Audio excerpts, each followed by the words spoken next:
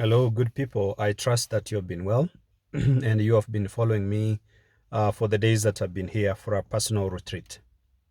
By the way, I have no obligation to share my personal experiences with anyone.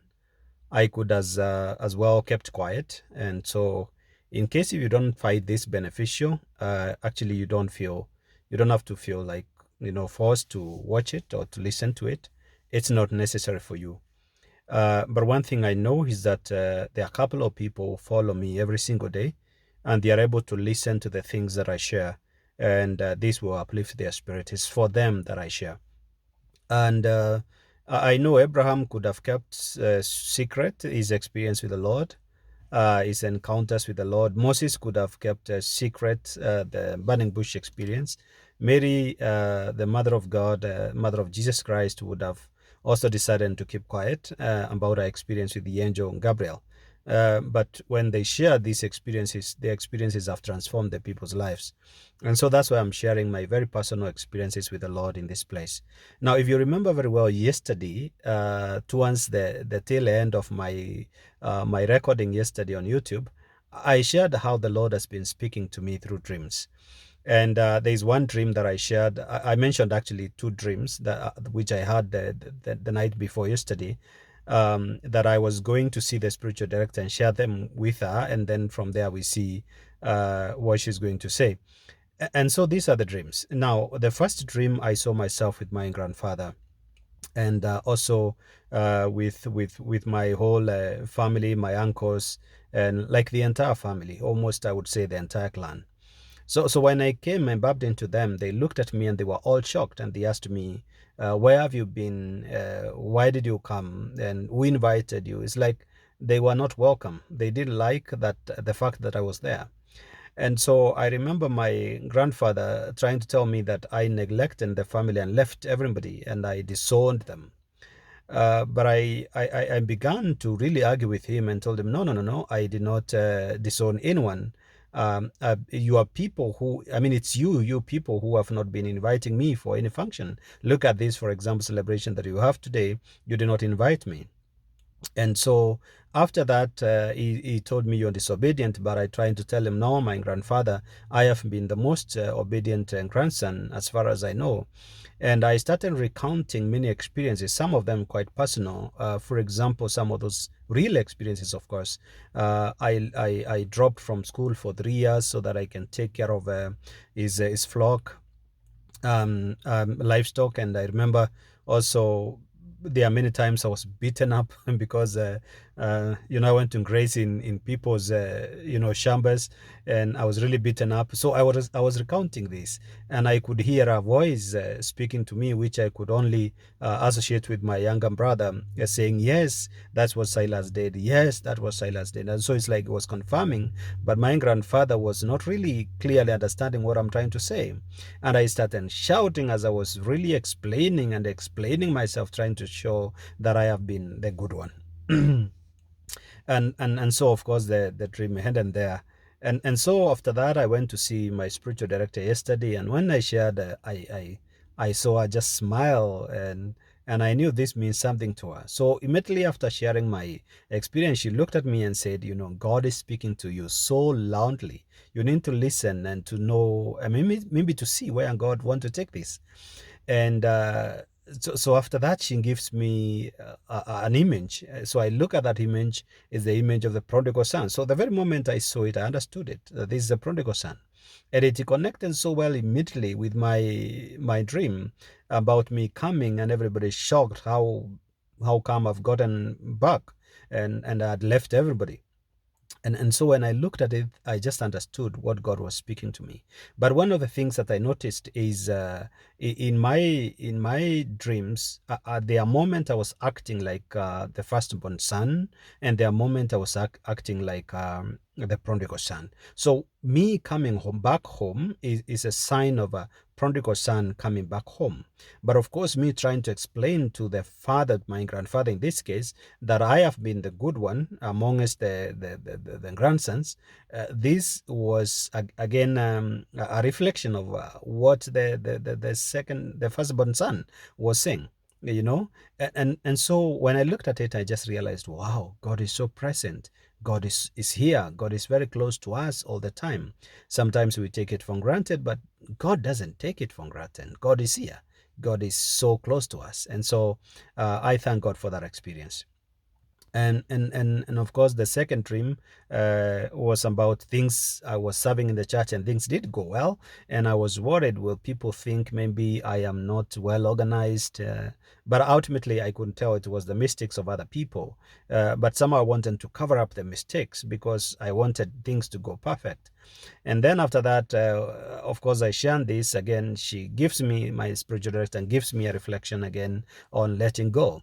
And part of letting go says that letting go means allowing other people to influence their own destinies.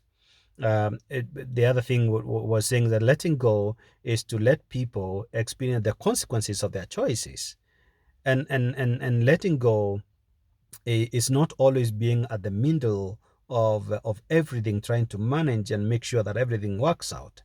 And so when I heard that, I just realized this is exactly what I should have done in that dream. I should have let people make their mistakes. I should have let people influence their destiny. I should have let people experience the consequences of their choices. And so that really helped me a lot.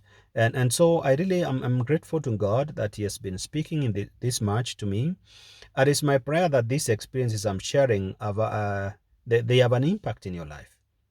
They are making you realize how close God is, because that's the point, that God is here with me. You know, God never goes anywhere. Sometimes we feel like He's far away, but God never leaves. God, I mean, if He's omnipresent, if He's everywhere all the time, how would He even live? Move from one inch to the other and He's everywhere all the time. So that means God is constantly there. But you and me, we are the ones who go and come back. We check out and check in. And so check yourself. Have you checked out? Have you checked in? So that's the only thing that you need to get concerned. And especially those moments that you feel like God is far away. Like for me, I usually ask, where have I gone wrong? Because I mean, how can I feel that God is far away when He's always close to me? So I start now checking on myself, examining myself, and ultimately I will come up with something. I'll realize I went wrong somewhere. I allowed maybe a negative thought.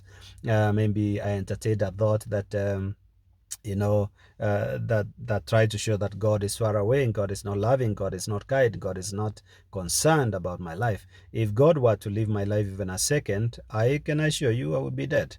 You know, a human being is nothing without God. And so, my friend, it's important for you to realize that God is so close to you. And today, I can speak just a little about the mysteries that are taking place today. Today is Holy Thursday.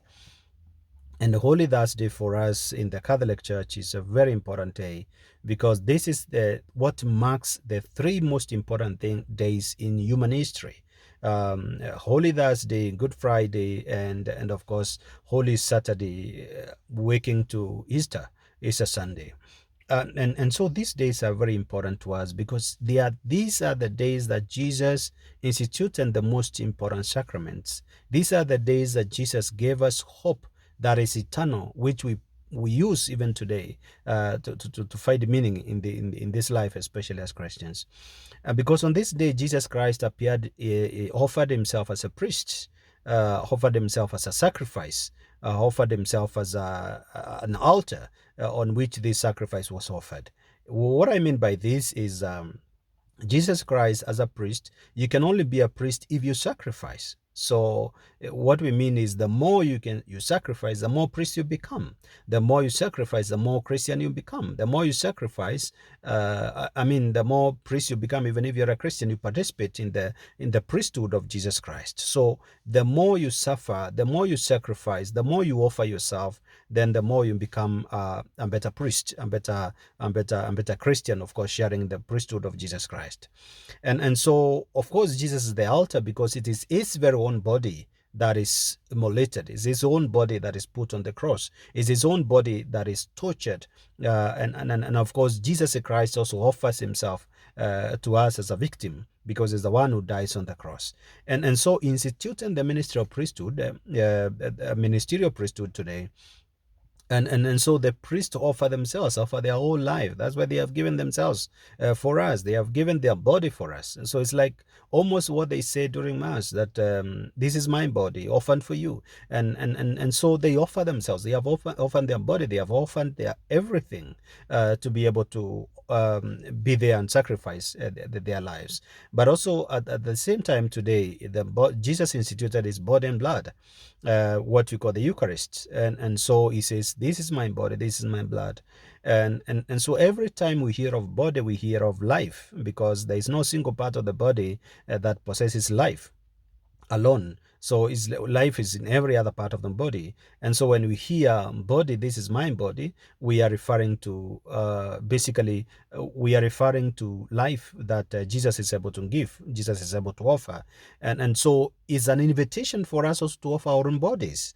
There is one Saint Ignatius of Antioch says that we are offered to like a grain of wheat, which is crushed in the teeth of beasts to produce the brand of Christ. You know, that means when we offer ourselves, we offer our bodies to be crushed by our superiors, to be crushed by our spouses, to be crushed by our church members, to be crushed by our pastors, to be crushed by those who don't like us, those who hate us because we are Christians, because we are remaining firm in our faith. We allow ourselves to be crushed, so that the more we have been crushed, the more we get refined, the more we become better for God and to be offered, because we have been so crushed that we have nothing to protect. We have nothing to safeguard. We just let ourselves be crushed more and more, and actually even being grateful to those who are crushing us, because in a way they are verifying us, they are refining us, they are making us look a bit more purified, and so we should be grateful to them. But also Jesus offers him his body, I mean his blood. And blood is if you offer your blood, you die. So that's what it means. Jesus offers his death. So by offering us and giving us his blood, he's giving us his death. And so when we too shed our blood, we are dying in our little ways. It doesn't matter. It doesn't mean shedding blood as practically, but it would mean dying. In those moments that we die, we are humiliated. In those moments we are rejected. In those moments we are cast out. In those moments that we are, people are not interested with us because we have a firm belief on God. We seem to be people of integrity. When people don't like that aspect, it's like we're being killed gradually. And so that's our body, our blood is being squeezed out of us, out of our body. And so we are offering ourselves with Jesus Christ. And so when we offer ourselves with Jesus Christ, then we become part with Jesus Christ. So any sacrifice that we make, which is negating Jesus Christ, is just suffering. It doesn't help at all. It's torture. But any little sacrifice, may it be sweat as you serve the people, may it be rejection as you serve the people, may it be lack of appreciation as you offer yourself to others, may it be spending long hours listening to people's sufferings, giving them counsel, giving them advice. Those are moments of squeezing your blood, and you're offering that for Jesus. And so when you offer that for Jesus, then Jesus, the sacrifice of Jesus, is the only sacrifice the Father understands. So when you unite your sacrifice with the sacrifice of Jesus Christ, then the Father will hear about their sacrifice, will see your sacrifice. The sacrifice will cry to him, and when your blood cries to him, then the Father will act. Like what he said to Cain, that the blood of your brother is crying to me. So if the blood cries from the soil, it means actually my blood, which is squeezed out of me through sufferings for Jesus and service to others, then that blood will cry to the Abba Father, and Abba Father will react, and he will come and bless me and draw me more closer to him, and make my ministry more powerful, and bless me in great ways, and so attach your sufferings with the sufferings of Jesus, the sacrifice of Jesus Christ. Otherwise, if you suffer, you will not be different from an NGO. An NGO basically will employ people. They will suffer, work in very in places that that are troublesome, and so they will go and work there. But there is no sacrifice there. There is nothing connected to Jesus Christ. So we need to offer ourselves, connect ourselves with Jesus Christ, and allow Jesus to lead us and to guide us. And of course, now when we hit his body, then we become, we and him become one and the same thing. And so this is the process that we are beginning from today onwards until Easter Sunday, when now we enjoy the life of Jesus Christ, the life of resurrection, the source of our hope. So be encouraged and continue praying and trusting God. These 3 days, if you're able to sacrifice a bit, um, keep your phone away for a moment. Just listen to what the Spirit is saying to you, and to the ministry that you are in, and to every aspect of your life. You can do that, and this you will never regret. Offer yourself to God fully, and God will take you as a sacrifice and will bless you. Thank you.